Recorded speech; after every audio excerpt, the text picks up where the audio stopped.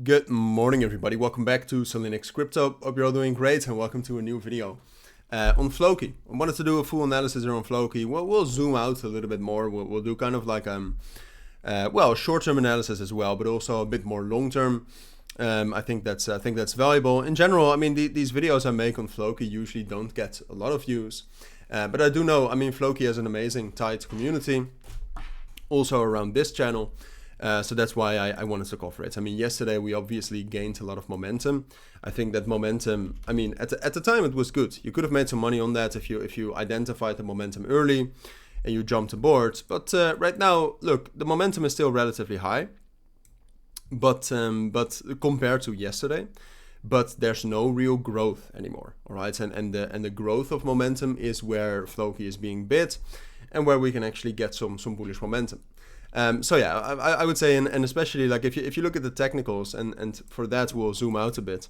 What we have done is Floki hit this significant support level at 10,000, right? Or 0.0001, but you know what I mean with 10,000. On the chart, it looks like 10,000. So major psychological level, also major technical level. As you can see, we hit that the 6th of March, but also the 13th of April when we had all that Middle East FUD. So that was a very strong technical level, and what we are trying to do right now is that even though 10,000 is a strong psychological level and is a strong level in general, to really get some sort of bullish momentum flowing again, it's this level right here, and you can easily see it on the chart, right? This level right here between, I would say, like 13,200 and 14,000 is the main level we need to reclaim to actually turn bullish again. And that's going to be a hard thing, all right? I would say like the most important level is here at 13,700. And what we want to see is we want to see some sort of momentum here, and that we can get a bullish breakout above that. Because if we get that bullish breakout above that, then we're going to be bullish, all right? Because then on the higher time frames at least, the market structure then shifts from being bearish, because at this moment we are still bearish, all right? You can see the trend here, the trend band, the EMAs are all trending down, and so far on the higher time frames we've only seen bearish breakouts, all right? We don't have anything yet there.